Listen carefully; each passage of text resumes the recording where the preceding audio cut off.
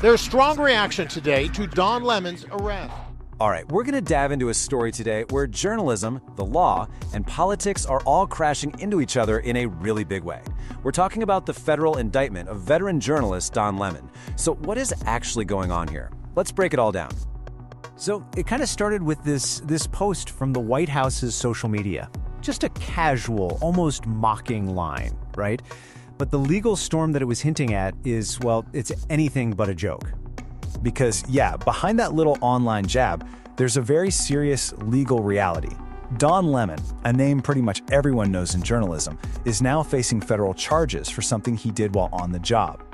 Now, you have to understand, this is so much more than just another headline.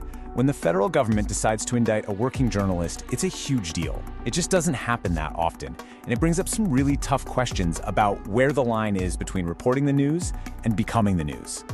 At its heart, this is the whole conflict. The Department of Justice is saying Lemon absolutely crossed the line, that he went from being a reporter to a perpetrator. But his defenders, they see this as a direct attack on the freedom of the press itself. So how in the world did we get here? To really get a handle on the charges, we need to go back to the one specific moment that lit the fuse on this whole legal firestorm. Okay, so picture this. Minneapolis. There's an anti-ICE protest going on. And during all this, Don Lemon walks into a church where a service is actually in progress. And it's that moment, the one caught on video, that becomes the absolute center of this entire federal case. And right in the middle of it all, you can hear Lemon on camera saying it plain as day, "I'm a journalist just reporting." That one sentence has become the cornerstone of his entire defense. But as you can probably guess, the Department of Justice sees what happened very, very differently. They've put together a case that paints a picture not of a reporter doing his job, but of an activist who is interfering with the rights of other people. So this is the key. The charge isn't something simple like trespassing. No, the official charge is interference with civil rights. The government is arguing that his actions literally stopped people from exercising their constitutional right to freedom of religion. That's a much bigger deal. You know, getting to this indictment wasn't exactly a straight line. At first, a magistrate judge actually looked at the evidence and said, nope, not enough here to move forward. But the DOJ didn't give up. They took their case to a grand jury, which is a process where only the prosecution gets to present their side. And that's how they got the formal charges. And the language coming from the very top has been, well, it's been intense. The Attorney General, Pam Bondi, did not hold back at all, using these exact words to describe Lemon. It makes it crystal clear how the government sees him. And she didn't stop there. She framed this whole case as a line in the sand. The message being sent is that this isn't just about Don Lemon. It's a warning from the DOJ that protecting religious freedom is a top priority. And then, just to add another layer to this whole thing, the White House has come out and said that Lemon wasn't just a passive observer.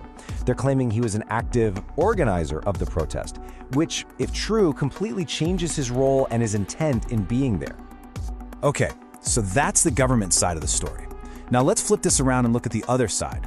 Lemon's defense team is fighting back, and they're fighting back hard, building their entire case on one of the most basic principles of the country. This right here, this really is the heart of it all. You've got two completely different stories being told. On one side, the government sees an organizer who abused patriots. On the other side, the defense sees a journalist doing his job who is now the victim of an assault on democracy.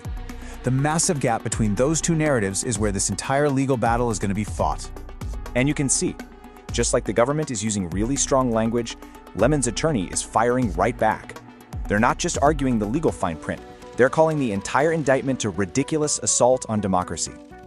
So their core argument, legally speaking, is that everything Lemon did in Minneapolis is completely covered and protected by the First Amendment's guarantee of a free press. And they've made it very, very clear they are not backing down and plan to fight this all the way. So why does any of this matter to you or me? Well, because the final outcome of this case could send shockwaves way beyond this one person and this one courtroom. People are watching this one very, very closely because it could end up setting a major legal precedent. It's basically forcing the courts to take a hard look at the rights and maybe even the limits of journalists when they're covering really chaotic and controversial events. And that leaves all of us with this massive, crucial question. that's so much bigger than just this one case. It's something that judges and juries are going to have to wrestle with, but it gets to the absolute core of what the press does in a democracy. Where exactly is the line between reporting the story and becoming it?